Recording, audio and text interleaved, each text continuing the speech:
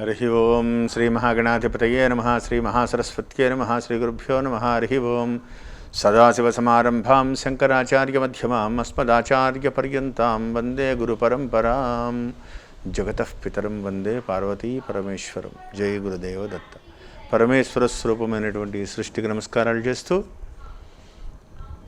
November 1వ తారీఖు నుండి డిసెంబర్ 1వ తారీఖు వరకు గల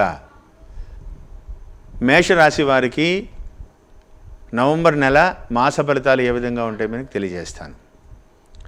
మేషరాశిలో అశ్విని నక్షత్రంలో జన్మించినటువంటి 4 పాదములు, భరణి నక్షత్రంలో జన్మించినటువంటి వారికి 4 పాదములు, కృత్తికా నక్షత్రంలో ఉన్నటువంటి 1వ పాదము కలిపి మేషరాశి అవుతుంది. మేషరాశి వారికి ప్రారంభములుగా అయితూ నవంబరు 17వ తారీఖు వరకు కూడా 6వ స్థానమందు రవి, తదుపరి 7వ స్థానంలోకి ప్రవేశించడం, ద్వితీయ స్థానమందు రాహువు, నవంబర్ 17వ తారీఖు వరకు కూడా 6వ స్థానమందు శుక్రుడు, నవంబర్ 20వ తారీఖు వరకు భాగ్యస్థానము 9వ స్థానంలో గురుడు, 10వ స్థానంలో శనైశ్వరుడు, 12వ స్థానమందు కుజుడు ప్రధానమైనటువంటి సంచార నిర్ణయాలతో ఈ యొక్క మాస ఫలితాలని కూడా తెలియజేస్తున్నాయి. ఒక రకంగా చెప్పాలి అంటే ఈ నెల శుభాశుభ మిశ్రమంగా ఉంటుందని తెలియజేయాలి. ఎందువల్లంటే భాగ్యమందు గురు భగవానుడు ఒక్కరే యోగదాయకంగా ఉన్నారు. 17వ తారీఖు లోపల ప్రధానమైనటువంటి ముఖ్యమైన నిర్ణయాలు ఏదైనా ఉంటే 16వ తారీఖు లోపల పూర్తి చేసుకోవడం చాలా మంచిది. ఎందువలనంటే తర్వాత నుంచి సప్తమ రవి, తర్వాత సప్తమ శుక్రుడు, 6వ తారీఖు వరకు శుక్రుడు కూడా యోగదాయకం కాదు, తర్వాత సప్తమ శుక్రుడు ఆయన కూడా సామాన్యమే. ద్వితీయ రాహువు శుభాశుభ మిశ్రమంగా ఉన్నారు. భాగ్యమందు ఉన్న గురుడు మాత్రం నవంబర్ 20 వరకు సంపూర్ణ యోగదాయకంగా ఉన్నారు. కొంత శుభాశుభ మిశ్రమమైనటువంటి పరిస్థితి, గురుబలం తగ్గుతోంది ఈ నెల నుంచి. 7వ స్థానంలో సంచరించేటువంటి రవి అక్టోబర్ 16 నుండి నవంబర్ 16వ తారీఖు వరకు 7వ స్థానంలో రవి సంచారం కాబట్టి, రవి సప్తమ స్థాన సంచారం కాబట్టి కొంత కార్యహాని, మానసిక తిప్పట, అలిసిపోవడం ప్రతి చిన్న విషయానికి. గురుబలం ఉంది కాబట్టి 20వ తారీఖు వరకు కొంతవరకు పనులు ముందుకు వెళ్ళేటువంటి అవకాశం ఉంది. ఏ ముఖ్యమైన పనులున్నా సరే నవంబర్ 20 లోపల కొద్దిగా పూర్తి చేసుకోవడం చాలా మంచిది. ఈ నెలంతా కూడా కొంత సామాన్యంగా ఉంటుంది. తొందరపాటు నిర్ణయాలు పనికిరాదు. ప్రతి చిన్న విషయానికి కూడా 1కి 2 సార్లు తిరగవలసినటువంటి పరిస్థితి. దానివలన ఆవేశం రావడం, వాదోపవాదాలు పెరగడం, వ్యాపార వ్యవహారాల్లో కొద్దిగా వాయిదాలు పడడం, ఇటువంటి కొన్ని చికాకులు ఎదుర్కొనేటువంటి అవకాశం కనపడుతోంది. కాబట్టి గురుబలం 20వ తారీఖు వరకు ఉంది కాబట్టి ఈ లోపల ముఖ్యమైనటువంటి పనులు ఏదైనా ఉంటే అవి పూర్తి చేసుకోవడం వల్ల మీ మీద ఒత్తిడి తగ్గి ఏదైనా వాయిదా కోరవలసి ఉంటే వాయిదా కానీ, లేకపోతే వ్యవహార నిర్ణయాలను ఏదైనా మీరు ఆచరించవలసినటువంటి నిర్ణయాలు ఏదైనా ఉంటే కనుక ముందుగా ఆచరించుకోవడం, ఆ యొక్క శుభాశుభ మిశ్రమాల సమయాన్ని బట్టి ఎదుటి వ్యక్తులతో మీరు ఏ విధంగా మాట్లాడుకుని ముందుకు తీసుకెళ్తే మీరు అనుకూలించబడతారు అనే విధంగా మీకు ఆలోచించుకునేటువంటి అవకాశం దొరుకుతుంది. నవంబర్ 20 దాటితే మళ్ళీ 17వ తారీఖు నుంచి రవి మార్పు, ఆ తర్వాత గురుబలం తగ్గిపోవడం, ఇవన్నీ ఒక్కసారి ఇబ్బందికరమైనటువంటి పరిస్థితులు గోచరిస్తున్నాయి. కాబట్టి ముఖ్యమైన నిర్ణయాలన్నీ కూడా నవంబరు 17వ తారీఖు లోపల చక్కబెట్టుకోవాలని ప్రత్యేకంగా చెప్పదగ్గ సూచన. వాక్స్థానమందు ఉన్నటువంటి రాహువు అంటే కొద్దిగా రాహువు వాక్స్థానంలో ఉండడం, దానివల్ల మిమ్మల్ని మీరు ఎక్కువ చేసుకుని మాట్లాడుకోవడం, నేను ఆ పని చేసేయగలుగుతాను, నేను సమర్థత ఉంది, నాకు అన్నీ తెలుసు అనేటువంటి కొద్దిగా మీ స్థాయిని మీరే పెంచుకుని ఎదుటి వ్యక్తులతో లేనిపోని బరువు మీ నెత్తి మీద వేసుకుని మార్బాణికో లేకపోతే ఎదుటి వ్యక్తుల మెప్పు కోసమో ఆ పని మీ నెత్తి మీద వేసుకుని చెయ్యలేక సతమతమయ్యి అనవసరంగా మాట పడేటువంటి ప్రమాదం కనబడుతోంది. నొప్పించక తానవ్వక తప్పించక తిరుగువాడు ధన్యుడు సుమతి అనేటువంటి శాస్త్రవచనం ప్రకారంగా మీరు అనవసరమైనటువంటి వ్యవహారాల్లో వేలు పెట్టకుండా మీ ముఖ్యమైనటువంటి మీ పనులు, మీ సాధ్యాసాధ్యాలను మీరు నిర్ణయించుకుని మీ యొక్క పరిస్థితిని మించకుండా పనులన్నీ కూడా ఆచితూచి మాట్లాడుకుని ముందుకు వెళ్తే సమస్యలన్నీ కూడా పరిష్కారం అవుతాయి. తొందరపాటు నిర్ణయాలు చేయవద్దని ప్రత్యేకంగా చెప్పదగ్గ సూచన. విద్యార్థులకి ఈ నెల చాలా పరీక్షాకాలంగా ఉంటుంది. ఎందువలనంటే గురుబలం తగ్గుతోంది.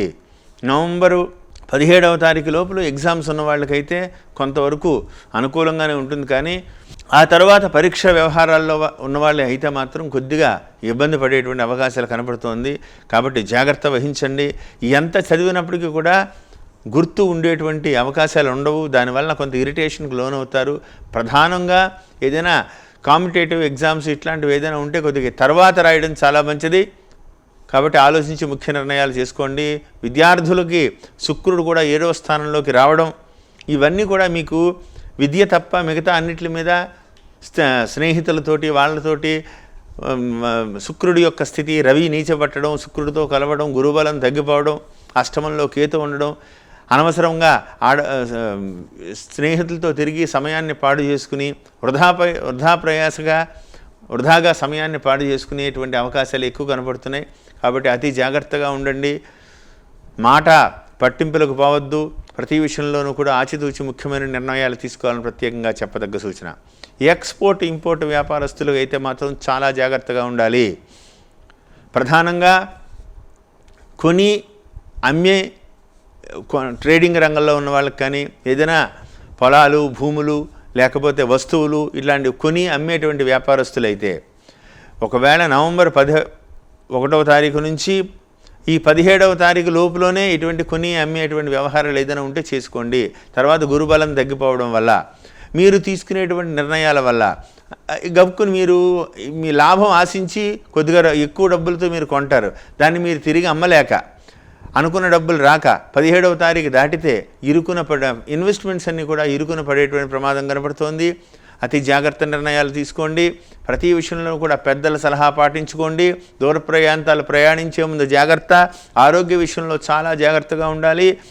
ఎందువలనంటే గురుబలం తగ్గుతోంది, రవి నీచపడుతున్నారు. ఆరోగ్యప్రదాత అయినటువంటి సూర్య భగవానుడు మీ రాశికి ఉచ్చ, ఆయన నీచపడుతున్నారు. కాబట్టి ప్రతి వ్యవహారంలోనూ కూడా ఆరోగ్య విషయంలో చాలా జాగ్రత్తగా ఉండటం చాలా మంచిది.